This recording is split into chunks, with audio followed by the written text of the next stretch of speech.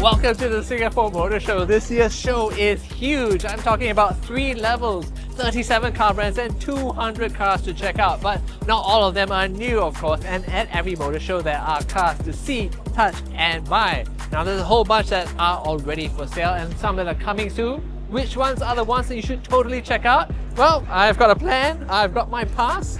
Come with me, let's find out.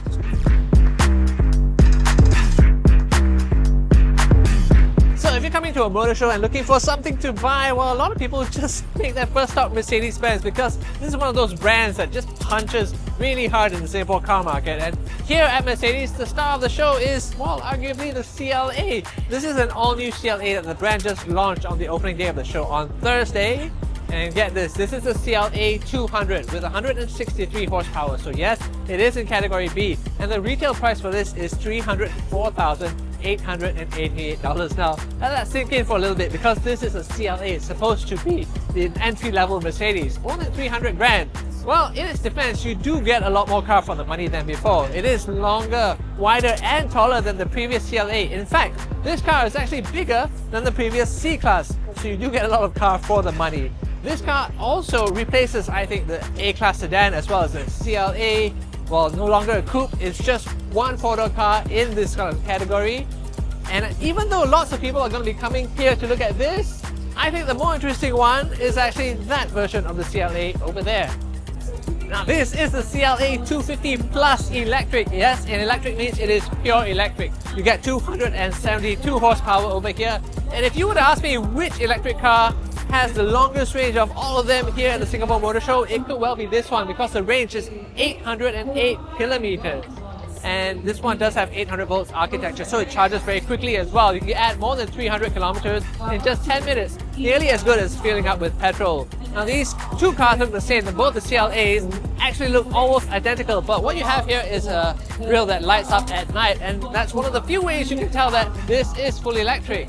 Even though you get so much more power and I would say a more technologically advanced car than the CLA 200, it actually only costs $8,000 more, so well worth looking at and well worth checking out for the inside as well. Okay, I want to look inside, but the car is immensely popular. It's full of people already, so let's start by looking at the boot instead. Okay, 405 litres is what you get back here, which actually I think is a little bit smaller than what you got in the last CLA, but this being electric, there is a frunk. It's 101 litres, which is pretty substantial. Okay, now, very first impressions are definitely more spacious than the previous CLA. And that car was actually quite cramped in the back and you had to sit very, very upright. This is actually a more relaxing car to sit in. And I do want to point out that, well, this car seems to share its platform with the combustion model, so I don't get that super long wheelbase feeling that you get from a pure EV. And also, I have a glass roof on top of me, but no sunshade, so minus points for that. But even though this isn't a huge car, I can see that it's actually very much larger and I think more comfortable than the previous CLA. Whoa, I think I'm in heaven now because look at what's in front of me. I get to watch myself all day long. That's because I've got screens galore. People walking by this car have said, whoa, look at the screens, they go all the way to the end. In front of me, I've got 10.25 inch screen for driver displays, and then I've got 2 infotainment screens, 14 inches here and 14 inches there. I should point out that this is an optional extra. You have to pay for either the MG Sport Line Plus, I don't know if I got that right, but you do have to pay for an MG Sport Line to get that as a feature, or you can pay for a bundle of features that does include the screen along with some other optional extras. But it's not just about the hardware, because what makes the CLA unique to Singapore, at least, is that it's the debut model for MBOS, a new operating system. And this is not just a new software system, but it's a new kind of software architecture for the infotainment. So over-the-air updates are going to be managed by the chips inside here, so the car will stay current as you use it and gain new features along the way. MBOS is supposed to be kind of AI powered to kind of learn your preferences as you live with the car and try and make your life easier by anticipating your needs. So I'm really looking forward to trying that. But really, as impressive as the EV hardware is for this car, I think what is going to make people really sit up and take notice is the software and just all these screens. Now finally, right, if you like what you see here, but you do find the price a little bit prohibitive, there is a cheaper version of the CLA on the way. It's going to be the CLA 180, and that car is going to be tuned for category A. It's got a 1.5 litre engine, and I think it will have 136 horsepower, so it won't be fast, but it will be more affordable. Of course, it's not here yet, so I don't know the price, but I'm thinking it's going to cost somewhere between $260,000 and $270,000 with COE. So Mercedes is a luxury brand, but you also have entry-level Chinese brands at the motor show, and as you know, the Chinese are very, very difficult to beat in the game of value for money Kung Fu. And here we have the Aion UT. Now that's a car I've already filmed a walk-around video of, but to recap very briefly, it is about the size of a Volkswagen Golf, although it is very spacious inside because it is a pure electric car. So I don't have to run too deep into the specs, but I filmed that walk-around video in December last year, and it's only today that I found out the price. And the version that you see behind me is the standard, and that costs $141,988 with a motor show promotion. And as I'm sure you'll agree, that is a very attractive number, especially for people who are, well, buying their last car or maybe buying their first car.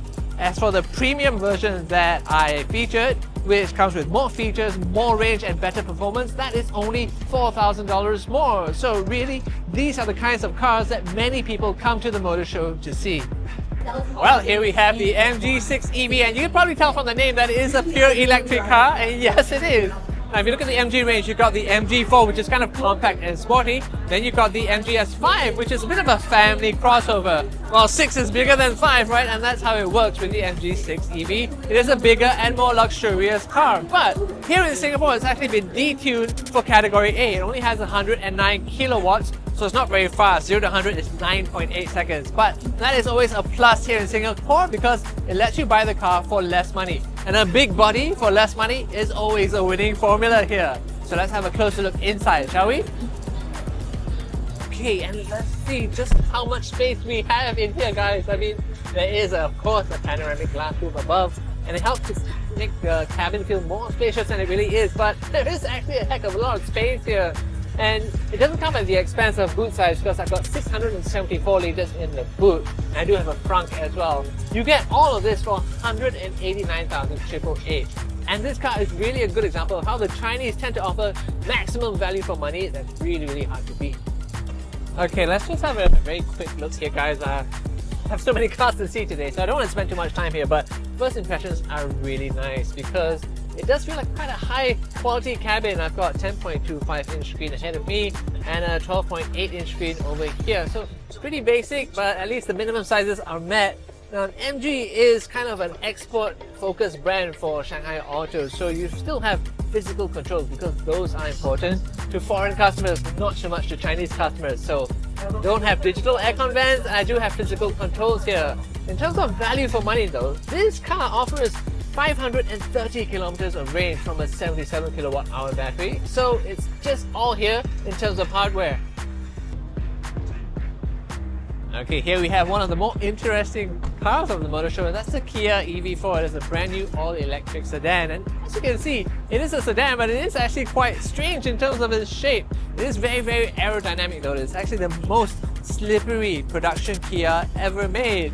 What we have for Singapore is a version that costs $225,999, and it is in category B. Let's have a look at what all that money buys. Okay, let's have a look at the back end. Unlike the Kia EV5, this EV4 is actually built on a dedicated electric car platform, the EGMP, and it's got a very long wheelbase, and as you can see, I've got a lot of space in front of me in terms of knee room. This being a Kia, there are all these clever functions like USB-C charging built into the back seats. Got quite nice sort of multi-tone upholstery over here, and even though it is roomy in the back, it doesn't come at the expense of space in the boot. I have 490 litres back here. If I want to fold these down, I can expand this to 1,680 litres. So even though this is a sedan, it's pretty much as practical as an SUV. So ahead of me, I have digital screens, of course. I actually have 3 of them. Most cars only have 2, a small one for the climate controls.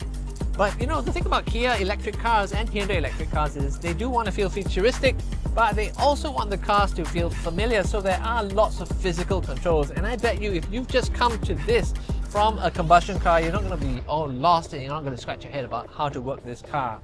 In terms of what is under the bonnet, I have a motor with 204 horsepower driving the front wheels, and that's enough to haul this along from 0 to 100 in 7.5 seconds. And in terms of range, the battery size is 58.3 kilowatt hours. We're talking about a WLTP urban range of more than 500 kilometers. So this car is built to go the distance, it is practical, and I think it's good looking.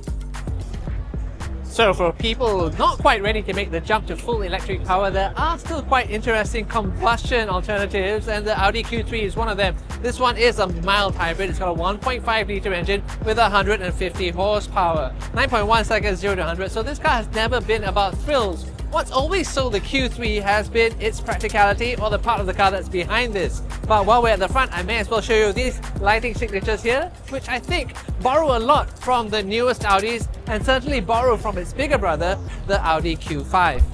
Okay, when I look at this car, I actually quite like what I see in terms of the interior. I've got this flexible OLED screen that kind of wraps towards me, and I think it's quite nice really. And if you think about the Q3 and its traditional rivals, that would be the BMW X1, the Mercedes GLA, I think the Audi has tended to have the nicest of the three in terms of interior quality, and I think it actually retains that element for this car as well. I think this interior is actually nicer than what you get in the Audi A5, which is a much more expensive car. But Audi Q3s have always been about how much space you get in the back and how much you can use the car for family use, because the boot is quite big as well. If you're wondering about the Audi Q3 Sportback, that's a little bit more coupe-like version of this, that's only coming in March. So for now, this is the one you can buy, and the price for this is $265,999. So that's a big jump from what these cars used to cost, because taxes are high and COEs are high right now. But you know what? Audi Q3s have always sold on prestige and practicality. So let's see if this car has enough of both of those to justify the new price. So one of the big stories at this year's motor show is that the Japanese are finally getting serious about electric vehicles. So you've got new EVs coming from Suzuki, Toyota, Lexus, Mazda and Subaru. And this is one of the ones that you can actually buy now. This, of course, is the Solterra XE. It is a very heavy facelift of the first Solterra, which actually never made it to Singapore. Now, I do have a full review of this car on the channel, so thankfully I won't have to say too much about it here. But let me just recap the headline numbers. It has a range of 436 kilometers, 343 horsepower for two motors, and it accelerates from 0 to 100 in 5.1 seconds. So yeah, a pretty quick car and a pretty exciting car to drive. But this actually shares bones with the Toyota BZ4X, so you know it's going to be practical and user-friendly as well. So the price for this is $229,800, and that comes with a $1,000 voucher for Brompton Bicycles. Subaru thinks of itself as a kind of a lifestyle brand, and with that bicycle voucher, well, I guess when you buy this car, the lifestyle is kind of thrown in. From the Subaru Solterra, we come to its sister car, the Toyota BZ4X. Now, these two cars actually share a lot of components. They were jointly developed and they were basically a cost-sharing exercise. And you notice the Solterra is already on sale in Singapore, but there's a big sticker here that says not for sale. You're going to see that a lot on the cars at the motor show, and the reason for that is, well, in Singapore you have a process called homologation. That's the approval for putting a car on sale in Singapore. Before a car is homologated, the dealer is not allowed to sell the car, not allowed to give out brochures, not allowed to give out prices, and definitely not allowed to collect orders. And this year, for some reason, there seem to be many cars at the motor show that are still not yet for sale, but are coming soon. I'm going to do a whole other video for that. But for now, let me show you what Toyota is selling at the motor show. So here we have the all-new Toyota Vios. The Vios is probably a familiar name to many of us. Toyota has sold 30,000 of them in Singapore so far. And this is the first time that a self-charging hybrid version has been brought to Singapore. Self-charging means you never have to plug it in, it generates its own electricity. This one has a 1.5 litre powertrain, and get this, it gets 27 kilometers per litre of fuel, so an extremely fuel-efficient car. Now, this car costs $179,888, and even though the Toyota Vios is supposed to be an entry-level car, I think this one has been spec'd up to offer some niceties, which we're going to find inside. Now, I think the Vios has always been aimed at younger people. I remember when they launched the very first one, Britney Spears was actually its spokesmodel, a very young Britney Spears, of course. When I look at this version of it, I do see some nice features that the originals never really had. Things like steering wheel controls, for example, a floating touchscreen panel, and I've even got a wireless charging pad for my phone. I do have manual controls for my aircon, but every single Vios I've ever driven has that super powerful aircon, which is something we really appreciate here in Southeast Asia. Another thing I want to point out is ambient lighting. So yes, there is a little bit of poshness to this car, but at the end of the day, I'm expecting this car to be fuel efficient, practical, easy to live with, and dependable. And those are all reasons why people like to seek out and buy Toyotas. This thing looks like a toy, doesn't it? Well, I think it is kind of a toy, but it is a real life-breathing electric car. This is the Honda Super One. Can't get inside this one, but let's check out this one over here. Okay, as you can see, yes, you plug this in, and you know what? This is derived from the Honda Super One, which is a K car. You might know K cars are limited in terms of length and width and horsepower. So being derived from that, it does have the same restrictions, but you can see these fender extensions make it a little bit wider. It has more power as well. The K car limit is 64 horsepower, and normally that has 64 horsepower, but there is something called boost mode in the Super One. I don't know how you engage it, maybe you pull a paddle or something, but that gives you 95 horsepower, and then it simulates a 7-speed transmission, and it adds vroom vroom noises as well. So as you can see, this car is really built for a lot of fun. Honestly, I don't know how practical it is because the range is going to be something like 300 kilometers, and if you look at the inside, it only has room for 4 seats. But looking at this car does make me smile. A lot of motoring journalists like myself really enjoy driving small cars because they're cheerful and they're fun and they're lightweight and they're nimble. And I expect this car to be the same. Would I use this for family transport? Probably not. But it isn't cheap either. The price is $169,888, and that's with the Motorshow discount. But you know what? If my lottery numbers came up and I could add something to my fleet, this has a very high chance of making it into the garage. If you're looking for an electric car with 7 seats, you don't actually have all that many options in Singapore right now, but this is one of them. Now this here is the Hyundai Ioniq 9. It's a flagship for the car. It's pure electric, and it comes in either 6 or 7 seat configurations. Now the pricing for this starts at $306,999, which might sound like it's on the high side to you, but this very much is Korea's Range Rover. It is big and it comes with a lot of hardware. The battery is more than 110 kilowatt hours. So in this particular one, you should be able to cover 620 kilometers before having to stop for electricity. It is a very hulking car as well. It's got a really imposing presence when you see it in the flesh.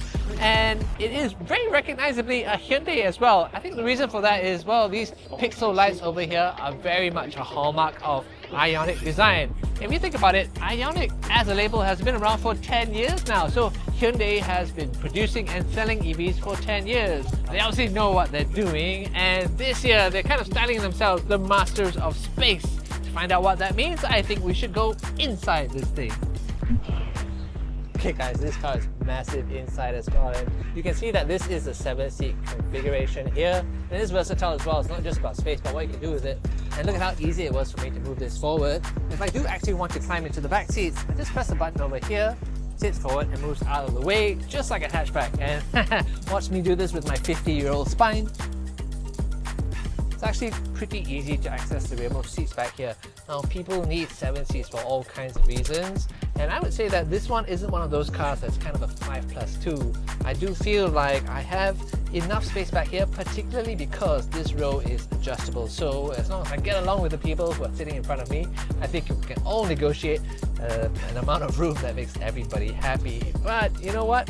Even though this car is big, it's luxurious as well, in the sense that the materials are nice, the styling of the cabin is nice and minimalist, and it's kind of a zen area over here.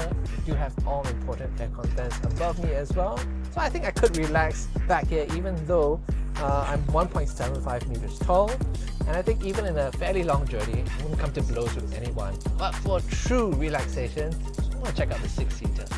Okay, now this is more like it. I've got a captain's chair over here, and it almost feels like, well, at least premium economy, if not business class. Now, you've seen those big boxy MPVs with the individual chairs. This one is, I wouldn't say quite as spacious as those, but it is pretty much the next best thing, and at least I'm not driving a big box on wheels.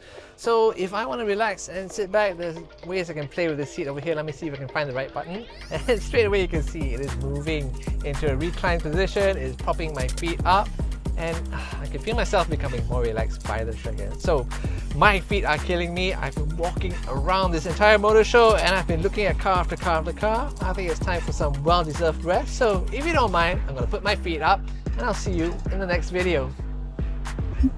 While I close my eyes, there's still plenty for you to see in terms of cars that are at the motor show but are just around the corner from being launched in Singapore. I've just shown you my pick of the most interesting cars you can buy right now, but there are many more just waiting around the corner. So be sure to check out that video. Thanks for watching this one. We'll see you again.